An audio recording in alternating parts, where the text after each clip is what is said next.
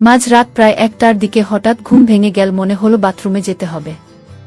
ধীরে ধীরে উঠে বাথরুমের দিকে পা বাড়ালাম। ফিরতে কিছুটা সময় লেগে গেল। ঘরে ফিরে দেখি কাকি বিছানায় শুয়ে আছেন, তবে উল্টো দিকে মুখ করে। ঘরের মৃদু আলো মনে হচ্ছিল।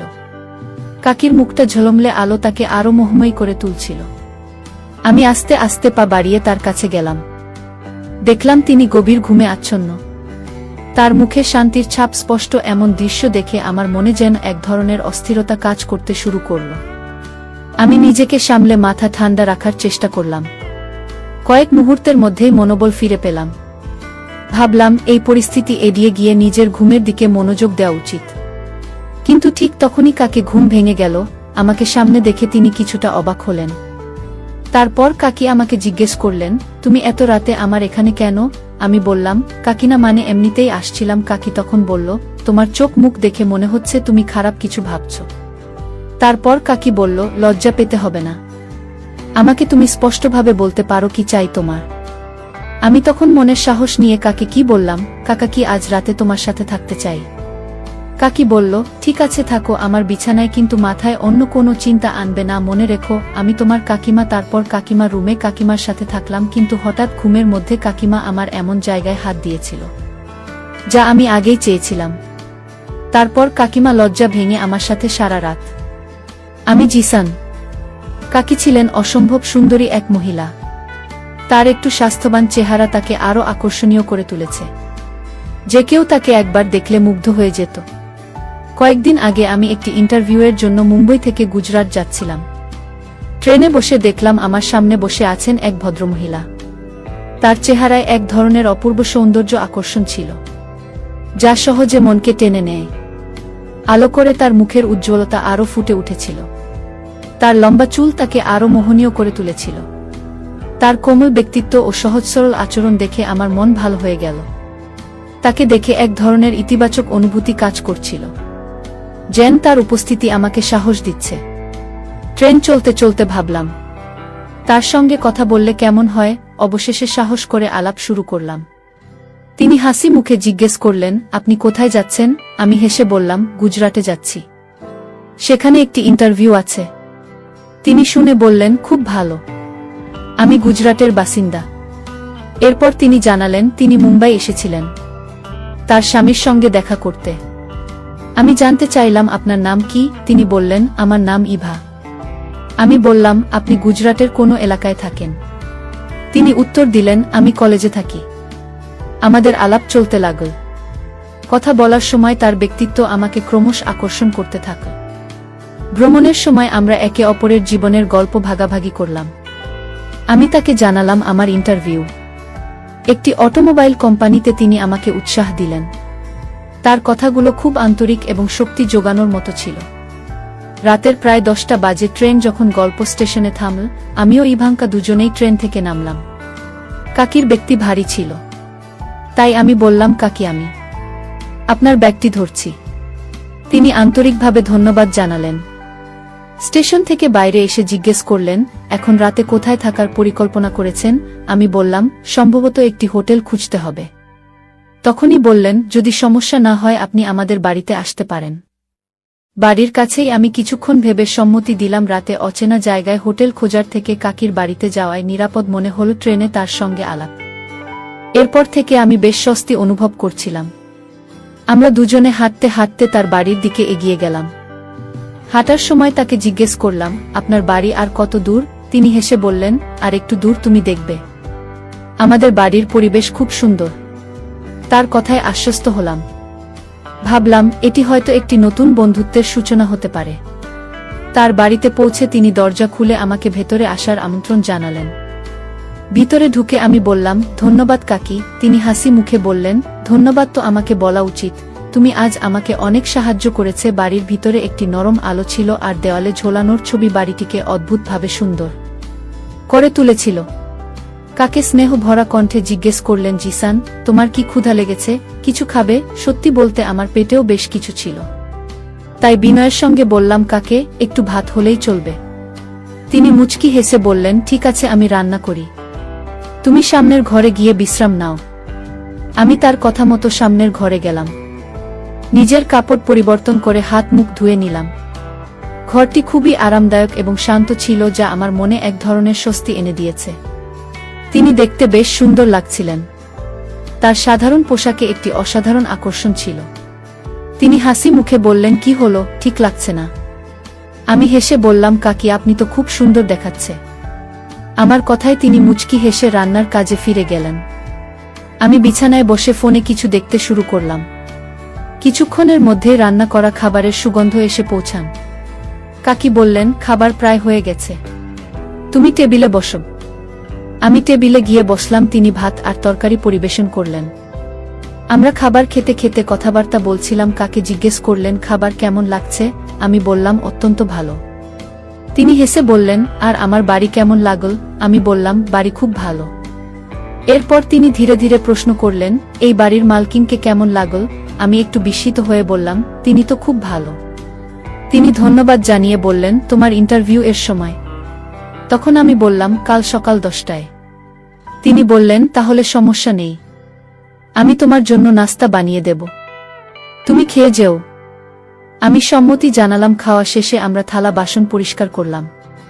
কাকি বললেন, তোমাকে বিশ্রাম করতে হবে, সকালে তাড়াতাড়ি উঠতে হবে। আমি মুচকি হেসে বললাম, আপনি কোনো পারফিউম ব্যবহার করেন? আপনার ঘরে খুব সুন্দর গন্ধ আসছে। তিনি হেসে বললেন, সবই মহিলা পারফিউম, তোমার জন্য উপযুক্ত নয়। রাত গভীর হয়ে এসেছিল, আমি বিছানায় শুয়েছিলাম। কিছুক্ষণ পর কাকি ঘরে এসে মুচকি হেসে বললেন, তুমি কি আর কিছু বলবে? আমি হেসে জিজ্ঞেস করলাম, আপনি কি জানতে চান? তিনি আমার চোখের দিকে তাকিয়ে বললেন, যদি তোমার চাকরি এখানে হয়ে যায়, তুমি কোথায় থাকতে চাও? আমি কিছুক্ষণ ভেবে বললাম, সম্ভবত একটি রেড ঘর নিতে হবে। তিনি চুপ করে থাকলেন কিছুক্ষণ, তারপর বললেন, তুমি কি আমার বাড়িতে থাকতে পারবে?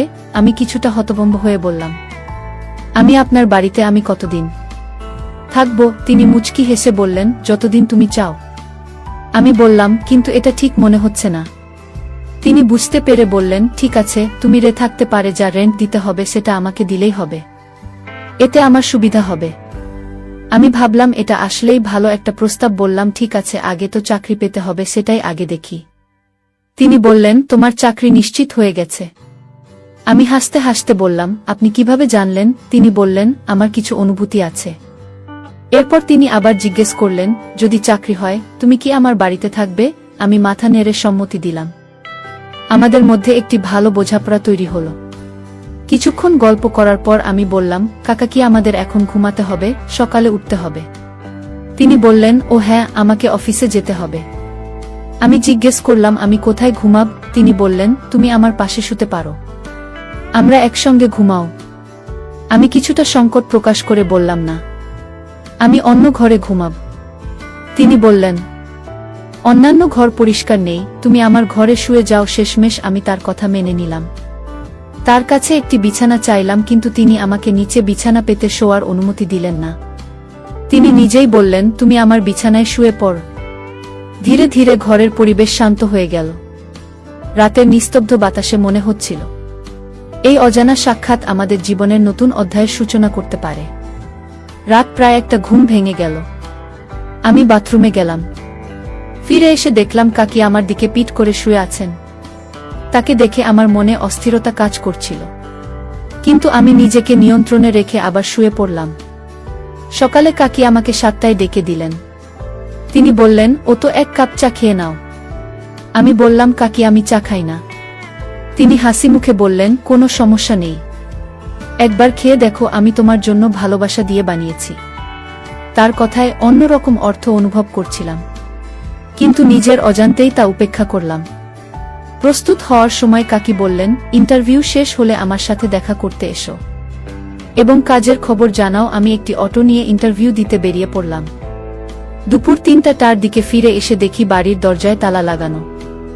আমার কাপড় সব ভিতরে ছিল, আর আমি কাকির ফোন নম্বর নিতে ভুলে গিয়েছিলাম। বাধ্য হয়ে অপেক্ষা করতে লাগলাম। সন্ধ্যা 5টার দিকে কাকি ফিরলেন। তিনি একটি সুন্দর পোশাক পরেছিলেন। দরজা খুলে আমাকে ভিতরে আসতে বললেন। এরপর বললেন, তুমি একটু দাঁড়াও, আমি কাপড় পরিবর্তন করে আসি। কিছুক্ষণ পরে বেরিয়ে এলেন। তিনি জিজ্ঞেস করলেন, এখন বলো, ইন্টারভিউ কেমন হলো? আমি বললাম, আমার তো বাড়ি যেতে হবে। এটা শুনে কাকি একটু বিষণ্ণ হয়ে বললেন, ইন্টারভিউ ভালো হয়নি, কাজ পাওনি। আমি উত্তর দিলাম, না, এমন কিছু নয়, আমার চাকরি হয়েছে এবং আমাকে 3 দিন পর যোগদান করতে হবে। আমি খুশি হয়ে জানতে চাইলেন, তাহলে তুমি বাড়ি যাচ্ছ কেন? তার কথায় বোঝা যাচ্ছিল আমার চলে যাওয়া তাকে কিছুটা দুশ্চিন্তাগ্রস্ত করছে। আমি বললাম, আমার কাছে তেমন কাপড় নেই, আমাকে পরিবারের সঙ্গে দেখা করতে যেতে হবে, কিছু প্রয়োজনীয় জিনিসপত্র নিয়ে আসতে হবে। কাকি আশাবাদী চোখে প্রশ্ন করলেন, তুমি ফিরে আসবে তো? তার চোখে এমন এক অভিব্যক্তি ছিল যে আমার চলে যাওয়া তাকে সত্যিই কষ্ট দিচ্ছে। আমি বললাম, কাকি, আমি অবশ্যই ফিরে আসে। এতে তিনি কিছুটা খুশি হয়ে বললেন, তুমি কখন যাচ্ছে ট্রেন? তখন আমি বললাম, কাল সকালে। রাতের ট্রেনে সুযোগ নেই। এটি শুনে তিনি অনেক আনন্দিত হলেন এবং বললেন, ঠিক আছে, তাহলে আজ তোমার জন্য ঘর সাজাই, সন্ধ্যায় পার্টি হবে। আমি জিজ্ঞেস করলাম, পার্টি কিসের জন্য? কাকি বললেন, অবশ্যই তোমার চাকরির জন্য। আমি বললাম, আমার কাছে খুব বেশি টাকা নেই। তিনি হাসি মুখে বললেন, কোনো সমস্যা নেই, পার্টি আমি দেব, স্যালারি পাওয়ার পর তুমি ফিরিয়ে দিও। আমরা একসঙ্গে রুম সাজাতে শুরু করলাম। কাজ করতে করতে সন্ধ্যা হয়ে গেল। তারপর তিনি জিজ্ঞেস করলেন, তুমি বাড়িতে খাবেন না বাইরেও? আমি বললাম, বাড়িতে খাবো। আমি একটু চমকে বললাম, কি বলতে চাইছেন তিনি? আমি বললাম, হ্যাঁ করেছি। তিনি কথা শেষ করতে না দিয়েই বললেন, তাহলে সিদ্ধান্ত হয়ে গেছে, তুমি বাইরে থেকে কিছু নিয়ে এসো। আমি কিছু খাবার প্রস্তুত করেছি। তিনি আমাকে 2000 টাকা দিলেন এবং বললেন, দোকানে গিয়ে একটি বোতল কিনলাম, যার দাম ছিল না শেষ। সত্যি বলতে এর আগে কখনো এত দামি বোতল কিনি। তবে আমি বোতল, কিছু ফল এবং সিগারেট কিনে নিয়ে ফিরে এলাম। এদিকে কাকি রান্না শেষ করে রেখেছিলেন। তিনি পরোটা এবং আলু পোস্ত রান্না করেছিলেন। আমাকে দেখে কি বললেন, তুমি পোশাক পরিবর্তন করে না? ওই পোশাকগুলো নোংরা হয়ে গেছে, দ্রুত সাবান নিয়ে ফ্রেশ হয়ে এসো। আমি বললাম, কিন্তু আমার তো অন্য কাপড় নেই। কাকি বললেন, এই নাও, একটি টি-শার্ট পরে নাও। আমি কাপড় নিয়ে আমার ঘরে গেলাম। স্নান সেরে নতুন পোশাক পরে বের হয়ে এলাম। কাকি ঘরে যেতে দেখলাম। তিনি তখনও স্নান করছেন। আমি তাকে ডাকলাম।